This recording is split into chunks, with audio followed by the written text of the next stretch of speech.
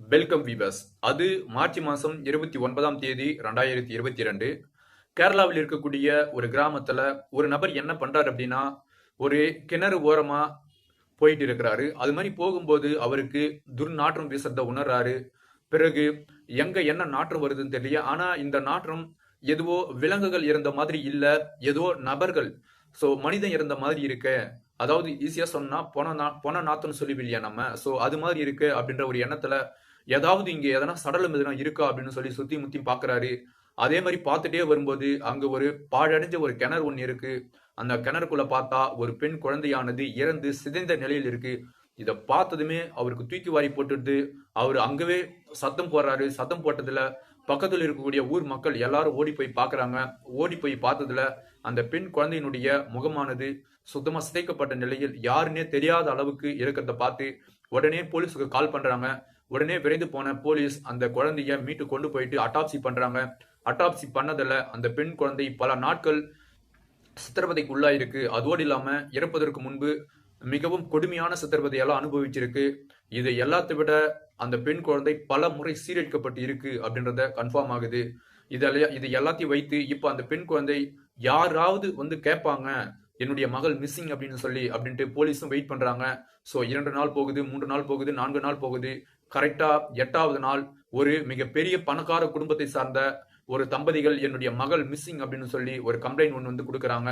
Complaint கொடுத்ததுல police இவங்களா பாருங்க அப்படின்னு சொல்லி இங்க ஏற்கனவே அவங்க மீட்டு கொண்டு போய் இருக்கக்கூடிய அந்த பெண் குழந்தை சடலத்தை காட்டுறாங்க. பார்த்ததுமே அவங்க என்னுடைய மகள் தான் அப்படின்னு சொல்லி கத்தி கூப்பிட்டு கத்தி கூப்பாடு போட்டு அழறாங்க. அழுது பிறகு அந்த குழந்தையை கொண்டு வந்து இவங்க செய்ய வேண்டிய அந்த சடங்கு சம்பிரதாயம் இது எல்லாமே செய்யறாங்க. இன்னைக்கு அந்த பெண் குழந்தைக்கு என்ன ஆச்சு, சோ அந்த பெண் குழந்தையுடைய முகம் கூட தெரியாத அளவுக்கு எந்த மனித மிருகம் சிதைத்தது அப்படின்றத பத்தி தான் இன்னைக்கு வீடியோல நம்ம பார்க்க போறோம். நீங்கள் பார்த்து கொண்டிருப்பது ராஜாராம் டி கிரிப்ட். நான் உங்கள் ராஜாராம். வாங்க வீடியோக்குள்ள போலாம்.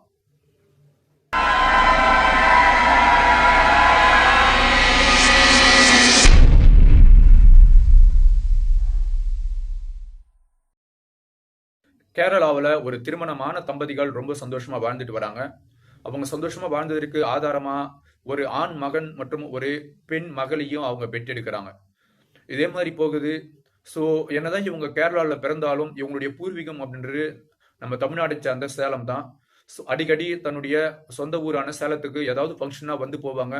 இது மாதிரி அவங்க ஒரு முறை வந்து போகும்போது அவங்களுக்கு மிகப்பெரிய ஒரு அதிர்ச்சி சம்பவம் ஒன்று காத்திருந்தது. என்ன அப்படின்னா, தன்னுடைய வீடானது திறக்கப்பட்ட நிலையிலும் தன்னுடைய வீட்டில் இருக்கக்கூடிய பொருட்களை கொள்ளையடிக்கப்பட்ட நிலையிலும் அவங்க உணர்ந்து இப்ப என்ன பண்றாங்க அப்படின்னா, போலீஸுக்கு ஒரு கால் பண்ணி அவங்க ஒரு கம்ப்ளைண்டும் ஒன்று ரேஸ் பண்ணி கொடுக்குறாங்க.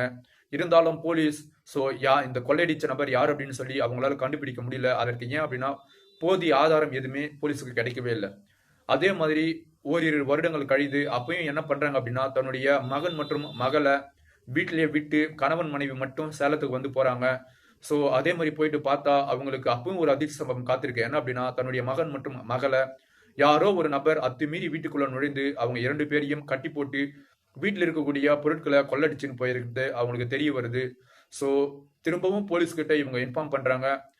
இருந்தாலும் போலீஸ் எதையும் எந்த விதமான ஆதாரமும் கிடைக்காதால அவங்களால அந்த பர்டிகுலர் திருடின நபர் யார் அப்படின்னு சொல்லி கண்டுபிடிக்கவே முடியல. இருந்தாலும் அந்த குழந்தைகள்கிட்டையும் போலீஸ் கேட்கறாங்க, உங்களுக்கு வந்தது யார் அப்படின்னு சொல்லி தெரியுமா அப்படின்னா, அந்த குழந்தைகளுக்கு எங்களுக்கு தெரியவே இல்லை. ஏன் அப்படின்னா அவங்க முகத்தை முழுசா மூடிட்டு இருந்தாங்க. அதே மாதிரி இந்த குழந்தைகள் வெறும் 4 வயசு 5 வயசு குழந்தைகள். இவங்களுக்கு எப்படி வந்து அந்த அடையாளம் காட்ட முடியும் நபர்களை? ஆகையினால இதற்கும் போதிய ஆதாரம் இல்லாததால இதையும் போலீஸ் அவங்களால கண்டுபிடிக்க முடியாம வெறும் கேஸ் மட்டும் ஃபைல் பண்ணி வச்சிருக்கிறாங்க. அப்பதான் பேரண்ட்ஸ் ஒன்று உணர்றாங்க, ஒருவேளை நம்ம இதுக்கப்புறம் நம்ம போறதா இருந்தா இங்க மெயினான ஆள் ஒண்ணு அவங்களுடைய மனைவியோ அல்லது இந்த நபரோ இருக்கணும் அப்படின்ற ஒரு எண்ணத்துக்கு போறாங்க. 3வது முறையா அதே மாதிரி கிளம்பி வரும்போது அந்த நபர் மட்டும், அந்த அப்பா மட்டும் வீட்டிலேயே இருக்கிறாரு. மற்ற இந்த 3 பேரையும், அதாவது மகன் மகள் மற்றும் தன்னுடைய மனைவி, இவங்க 3 பேரும் சேலத்துக்கு வராங்க. சேலத்துக்கு வந்து அங்க ஃபங்க்ஷன் இதை அட்டன் பண்ணிட்டு திரும்ப போனா அந்த நபர் அங்க ஒரு விஷயத்த சொல்றாரு தன்னுடைய மனைவி கிட்ட. என்ன சொல்றாரு அப்படின்னா, இந்த டைமும் ஒரு நபர் அத்துமீறி உள்ள நுழைஞ்சான். நான் இந்த டைம் உசாரா அலாட் ஆயிட்டேன். தான் கையில ஒரு இரும்பு ராடு வச்சிருந்தேன். கரெக்டா அவனுக்கு தெரியாம அவன் உள்ள நுழையும் போது அவனுடைய தலைமலையை போட்டு அவனை மயக்கமடைய செய்து அந்த பர்டிகுலர் நபர் யார் அப்படின்னு சொல்லி நான் கண்டுபிடிச்சிட்டேன். பிறகு போலீஸை வரவழைச்சு அவனை நான் போலீஸ் கிட்ட ஒப்படைச்சிட்டேன். ஸோ அவன் என்ன சொல்லியிருக்கிறான் அப்படின்னா, நான் தான் இதற்கு முன்னாடி 2 முறையுமே இந்த வீட்டில் திருடினேன். அந்த பொருட்கள் எல்லாம் என்கிட்ட இல்லை, ஆனால் அதுக்குண்டான காசு என்ன நான் கொடுத்துருன்னு சொல்லியிருக்கிறாங்கன்னு சொன்னதுமே இவங்களுக்கு ஒரு வழியா அந்த திருடன் யார் அப்படின்னு சொல்லி கண்டுபிடிச்சாச்சு. இதற்கு பிறகு நாம போறது அப்படின்னா எந்த பயமும் இல்லாம சேலத்துக்கு வந்து போலாம் அப்படின்ற ஒரு எண்ணத்துக்கு வராங்க அந்த தம்பதிகள். ஆனா அவங்களுக்கு ஒரு விஷயம் தெரியாது, தன்னுடைய குழந்தை வேற இன்னொரு நபர் சிதைக்கு போறாரு அப்படின்னு சொல்லி. இதே மாதிரி கொஞ்ச நாள் போகுது. இந்த குழந்தைகளும் கொஞ்சம் கொஞ்சமா வளர்ந்துட்டே வராங்க. ஸோ இப்போ மகளுக்கு கரெக்டா 8 வயசு ஆகுது, மகனுக்கு கரெக்டா 9 வயசு ஆகுது. தன்னுடைய மகன் மற்றும் மகளை தன்னுடைய வீட்டிலே வச்சுட்டு திரும்பவும் இவங்க சேலத்துக்கு வராங்க. இப்போ அவங்களுக்கு தெரியாது தன்னுடைய மகளை நாம இதுதான் கடைசி டைம் நம்ம பார்க்குறோம் அப்படின்றது. ஸோ அதே மாதிரி இவங்க வந்துட்டு இங்க எப்பவுமே அவங்க ஃபெஸ்டிவலுக்கு மட்டும்தான் வருவாங்க, சரிங்களா? ஸோ இங்க ஃபெஸ்டிவல் அவங்க அட்டன் பண்றாங்க. அட்டன் பண்ணிட்டு வீட்டுக்கு போனா தன்னுடைய மகன் மட்டும்தான் இருக்கிறான், மகள் காணும். தன்னுடைய மகனும் கோமா ஸ்டேஜில் இருக்கிறான். அவன் என்ன பண்றான் அப்படின்றது அவனுக்கே தெரியாத நிலையில் இருக்கான். ஸோ அவனை கிட்ட கூப்பிட்டு கேட்குறாங்க, மகள் எங்க, குழந்தை உன்னுடைய தங்கச்சி எங்க அப்படின்னு சொல்லி கேட்குறாங்க. ஆனா அவனுக்கு அங்க நடந்த அந்த சம்பவத்தை அதிர்ச்சி அடைந்தவன் அதை சொல்லக்கூட அவனால முடியவே இல்லை. இதே மாதிரி கொஞ்ச நாள் போகுது. அதாவது கொஞ்ச நாள்னா ஓரிரு நாள் போகுது. இவங்க எங்கெங்கயோ தேடி பாக்குறாங்க, குழந்தை இவங்களுக்கு கிடைக்கவே இல்லை. இருந்தாலும் இவங்க ஒரு தவறு பண்ணிட்டாங்க. என்ன பண்ணிட்டாங்க அப்படின்னா, இவங்க போயிட்டு என்னுடைய மகள் மிஸ்ஸிங் அப்படின்னு சொல்லி ஒரு கம்ப்ளைண்ட் கொடுக்கவே இல்லை. அதுதான் இந்த பேரண்ட்ஸ் பண்ண தவறு. இதே மாதிரி போகும்போது தான் ஒரு நபர், ஸோ அந்த ஒரு முன்னாடி நான் சொன்னேன் இல்லையா இன்ட்ரடியூஷன்ல, அதாவது அந்த ஒரு பர்டிகுலர் பாழஞ்சு கிணற்றாண்ட போனா ஒரு பெண் குழந்தையினுடைய சடலம் இருக்கிறத பார்த்து, ஸோ அந்த நபர் போலீஸ்க்கு இன்ஃபார்ம் பண்ணி இப்போ இவங்க தன்னுடைய மகள் மிஸ்ஸிங் அப்படின்னு சொல்லி ஒரு கம்ப்ளைண்ட் கொடுக்கும்போது இதுதான் பாருங்க அப்படின்னு சொல்லி ஸோ போலீஸ் காட்ட ஆமா அப்படின்னு சொல்லி இவங்க துயரப்பட்டு கொண்டு வந்து அந்த குழந்தைக்கு செய்ய வேண்டிய சடங்கு சம்பிரதாயம் இதெல்லாமே செய்து, ஸோ இதெல்லாம் நடந்ததை நான் முன்கூட்டியே நான் சொன்னேன், சரிங்களா? ஸோ இப்போ போலீஸ் என்ன பண்றாங்க அப்படின்னா, எப்படியாவது இந்த விஷயத்த நம்ம ரொம்ப சீரியஸா எடுத்து இந்த குழந்தைக்கு நடந்த இந்த அவலத்தை நம்ம எப்படியாவது கண்டுபிடிக்கணும் அப்படின்ற ஒரு எண்ணத்துக்கு போறாங்க. அந்த பக்கத்தில் இருக்கக்கூடிய இவங்க சந்தேகப்படியான அந்த நபர்கள் எல்லாருமே கைது பண்ணி அதிரடி விசாரணை நடத்துறாங்க. அதிரடி விசாரணைனா எடுத்ததுமே போலீஸ் ட்ரீட்மெண்ட் தான். அது மாதிரி நடத்தும் போது பல நபர்கள் எனக்கு இதை பத்தி எதுவுமே தெரியாது அப்படின்னு சொல்லி ஸோ கத்தி அழுதுருக்கிறாங்க. ஸோ இருந்தாலும் போலீஸ் இதை கட்டாயம் நம்ம விசாரிச்சு தீரணும் அப்படின்ற ஒரு எண்ணத்துக்கு போறாங்க. அக்கம் பக்கத்தில் இருக்கக்கூடிய சிசிடிவி ஃபுட்டேஜ் இது எல்லாமே வச்சு செக் பண்ணி பாக்குறாங்க. அப்போ அவங்களுக்கு ஒரு தடயம் கிடைக்குது. என்ன அப்படின்னா, இந்த பெண் குழந்தை ஒரு குறிப்பிட்ட இடத்துல தனியா போகக்கூடிய அந்த சிசிடிவி ஃபுட்டேஜ். ஸோ தனியா போறது மட்டும்தான் கிடைக்குது. ஆனா ஸோ அவங்களுக்கு இது மாதிரி நடந்தது பத்தி அவங்களுக்கு எந்த விதமான ஸோ தடையும் கிடைக்கவே இல்லை. அந்த பெண் குழந்தை நடந்து போன அந்த பர்டிகுலர் இடத்துக்கு போறாங்க. போனா அது மிகவும் அடர்ந்த ஒரு பதாரான ஒரு இடம். அப்போதான் போலீஸ் ஒன்று நினைக்கிறாங்க, இந்த பெண் குழந்தை ஏன் இங்க வரணும் அப்படின்னு சொல்லிட்டு. இப்போ அவங்களுடைய மகன் ட்ரீட்மெண்ட்டில் இருக்கிறார் இல்லையா, ஸோ கோமா ஸ்டேஜில் போனவர், அவருக்கு கொஞ்சம் கொஞ்சமா தெரியுது. அவர்கிட்ட போலீஸ் போயிட்டு உன்னுடைய தங்கை இந்த ஒரு குறிப்பிட்ட இடத்துக்கு போனாங்க, ஏன் அங்க போனாங்க அப்படின்னு சொல்லி கேட்குறாங்க. அதற்கு அவரு லேசா அவர் சொல்றாரு, நானும் தான் கூட போயிருந்தேன் அந்த இடத்துல. ஆனா ஸோ என்னுடைய குழந்தை என்னுடைய தங்கை நான் இங்கு இருக்கிறேன் அப்படின்னா அவ ரொம்ப தூரத்துல நடந்து அந்த பக்கம் போயிட்டே இருந்தா. அந்த டைம்ல திடீர்னு ஒரு மனித மிருகம், அதாவது ஒரு மனித மொத்தம் வந்தான். அவனை பார்க்கறதுக்கு சைக்கோ மாதிரி இருந்தான். அவன் திடீர்னு என்னுடைய தங்கைய அழுக்கா குண்டு கட்டா தூக்கின்னு போயிட்டான். நான் பின்னாடியே நான் ஓடுறேன், அவன் எங்க போனான் அப்படின்னு சொல்லி எனக்கு தெரியவே இல்லை.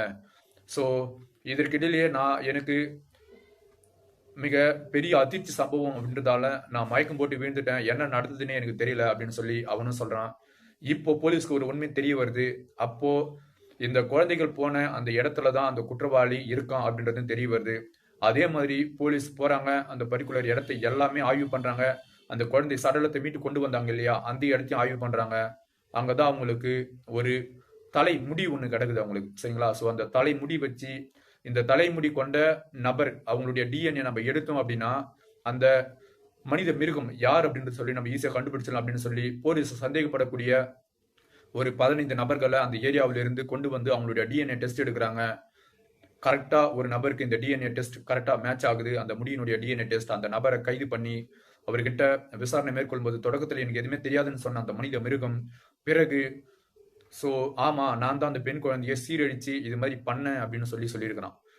ஸோ அவன் மேற்கொண்டு என்ன சொல்றான் அப்படின்னா, அந்த பெண் அவங்களுடைய அண்ணனோடு விளையாடிட்டே வந்தாங்க. அவங்களுடைய அண்ணன் கிட்டத்தட்ட ஒரு 600 மீட்டர் தூரத்திலே இருந்தான். ஆனா இந்த பெண் இந்த இடம் இது மாதிரியான இடம் அப்படின்னு சொல்லி தெரியாம ஓடி வந்தது. இதை பார்த்து நான் ஏற்கனவே இங்க இது மாதிரி வந்திருக்கக்கூடிய பல குழந்தைகளை நான் இது மாதிரி சீரழிச்சிருக்கிறேன். அதே மாதிரி இந்த பெண் குழந்தை வந்ததால இந்த பெண் குழந்தை நான் பக்கத்தில் இருந்த ஒரு பாழடைஞ்ச கிணற்றுக்குள்ள கொண்டு போயிட்டேன். ஆனா அவங்களுடைய அண்ணன் ஓடி வந்து தேடி தேடி பார்த்தான். ஆனா அவனுக்கு நான் மறைவா இருந்ததால அவன் மயக்கம் போட்டு விழுந்துட்டான். அங்க வந்த வேற நபர்கள் யாரோ அவனை கொண்டு போயிட்டு அவனுடைய வீட்டுல விட்டாங்க அப்படின்னு சொல்லியிருக்கிறாங்க. அந்த பெண் குழந்தைக்கு நீ என்ன சித்திரவதை பண்ண அப்படின்னு சொல்லி கேட்கும்போது தான் தொடக்கத்துல அந்த பெண் குழந்தைய அழுதுட்டே இருந்ததால சத்தம் போட்டுட்டே இருக்கா அப்படின்னு சொல்லி நான் கண்ணத்தை மேலே அடிச்சதால மயக்கம் போட்டு விழுந்துருச்சு அந்த குழந்தை. பிறகு அந்த குழந்தைய நான் சீரழிச்சதோடு இல்லாம உடல் பாகங்கள் அதாவது கை கால்கள் அது அசைச்சிட்டே இருக்கு அப்படின்றதுனால அந்த கைகள் கால்கள் இது எல்லாமே ஒன்னா வச்சு கட்டி அந்த முட்டி மேலெல்லாம் நம் அளவுக்கு அதிகமான ஃபோர்ஸோடு அடித்தேன். இதில் அந்த குழந்தை கை கால் அசைக்கிறது அப்படின்னு நின்று போயிடுச்சு. அதோடு இல்லாமல் அந்த குழந்தை வந்து சின்ன குழந்தை அதனுடைய முகத்தை பார்த்துட்டு என்னால் தப்பு பண்ண முடியாது அப்படின்றதுனால அந்த முகத்தை நான் சிதைச்சிட்டு அந்த குழந்தைகிட்ட அந்த குழந்தை இறந்துகிட்டு இருக்கு, அதாவது அந்த குழந்தை கொஞ்சம் கொஞ்சமாக செத்துக்கிட்டு இருக்கும் போதே நான் அந்த குழந்தைய நான் சீரழிச்சேன். கிட்டத்தட்ட அந்த குழந்தை சாகும் போது 2 முறையும் செத்த பிறகு 2 முறையும் நான் அந்த குழந்தைகிட்ட உடலுறவு வச்சுட்டேன் அப்படின்னு சொல்லியிருக்கிறான். இதை கேட்டதுமே போலீஸ் அவனை தூக்கி போட்டு மெரிக்கிறாங்க. மெரிச்சதுல இந்த குழந்தை மட்டும் இல்ல, இது மாதிரி கிட்டத்தட்ட 7 குழந்தைகள் இதற்கு முன்னாடி இது மாதிரி பண்ணியிருக்கணும் அப்படின்னு சொல்லி அவனே உண்மையை ஒத்துக்கிறான். கிடைத்திருக்கக்கூடிய ஆதாரம் அந்த முடி எவிடன்ஸ். இது எல்லாமே வச்சு போலீஸ் கோர்ட்டுக்கு கொண்டு போறாங்க. கோர்ட்டுக்கு கொண்டு போயிட்டு அந்த மனித மிருகத்துக்கு 140 ஆண்டுகள் சிறை தண்டனை வாங்கி கொடுக்குறாங்க. இப்போ அந்த மனித மிருகம் சிறையில் தான் வாடிட்டு இருக்கு. சரிங்களா? நீங்க கேட்கலாம், அவன் 140 வருஷம் உயிரோட வாழ மாட்டேனே அப்படின்னு சொல்லி. ஆனா நம்மளுடைய சட்டங்கள் அதுதான் சொல்லுது, 140 வருஷம் 120 வருஷம்ட்டு. அவன் உயிரா இருக்கிற வரைக்கும் கிட்டத்தட்ட அவன் சாவர் வரைக்கும் அவன் ஜெயில தான் இருந்து அங்கே தான் சாவான். சரிங்களா? ஓகே நண்பர்களே, இந்த விஷயத்தை பொறுத்த வரைக்கும் முதல் தவறு அவங்களுடைய பேரண்ட்ஸ் கிட்ட. ஏன் அப்படின்னா இவங்க வீட்டு விட்டு வெளியே வராங்க அப்படின்னா வீட்டில் இருக்கக்கூடிய பொருள் திருடு காணாம போனா கூட கவலை இல்லை. தன்னுடைய மகன்கள் ஏற்கனவே 2 முறை அங்க திருடு போயிருக்கு. எதற்கு இவங்க தேவையில்லாம தன்னுடைய மகளை அவங்க வீட்டில் விட்டு வந்தாங்க அப்படின்னு சொல்லி தெரியல. முதல் காரணம் அவங்களுடைய பேரண்ட்ஸ் மட்டும் தான். சரிங்களா? ஒருவேளை இதற்கு முன்னாடி அவங்க ரொம்ப வசதியான நபர் சிசிடிவி ஃபுட்டேஜ் ஏதாவது வச்சிருக்கலாம், அதையும் அவங்க வைக்கல. சரிங்களா? பிறகு 2வது காரணம் அப்படின்னா இது மாதிரி அப்பா அம்மா வீட்டில் இல்லாத போது இந்த குழந்தைகள் வெளியே போனது 2வது காரணம். 3வது காரணம் அப்படின்னு எடுத்துட்டீங்கன்னா இந்த மனித மிருகம் மாதிரி ஒரு சில மனித மிருகங்கள் இந்த பூமியில் இருக்கிறது தான் 3வது காரணம். அந்த மனித மிருகத்தை எங்கெங்கெல்லாம் இது மாதிரி இருக்கோ அந்த மனித மிருகங்கள் எல்லாத்தையும் களை எடுக்க வேண்டியது நம்ம இந்தியாவில் இருக்கக்கூடிய ஒவ்வொரு குடிமக்களுடைய கடமை. இது போலீஸ் ஆர்மி இவங்க தான் பண்ணணும் அப்படின்ட்டு ஒண்ணு கிடையாது. சாதாரண குடிமக்கள் ஆகிய நாமளே இது மாதிரி ஏதாவது ஒரு நபர் உங்களுக்கு தெரிஞ்சா அந்த நபரை பற்றி இம்மிடியேட்டா போலீஸ் ஸ்டேஷன்ல கம்ப்ளைண்ட் கொடுத்து இது மாதிரி கலைகள் தேவையில்லாத இந்த மனித ஜந்துக்கள் உலாவ விடவே கூடாது. சரிங்களா? அதே மாதிரி நீ ஒரு முடிக்கும் லாக்கி இல்லை அப்படின்னு சொல்லுவாங்க. ஆனா அங்க கிடைச்ச ஒரே ஒரு தலைமுடி வச்சுதான் இந்த கேஸ் டோட்டலாகவும் முடிஞ்சிருக்கு. சரிங்களா? இந்த வீடியோ பத்தி நீங்க கீழே கமெண்ட்ல கமெண்ட் பண்ணுங்க. இவ்வளவு நேரம் இந்த வீடியோவை பொறுமையா பார்த்த அனைவருக்கும் நன்றி, வணக்கம்.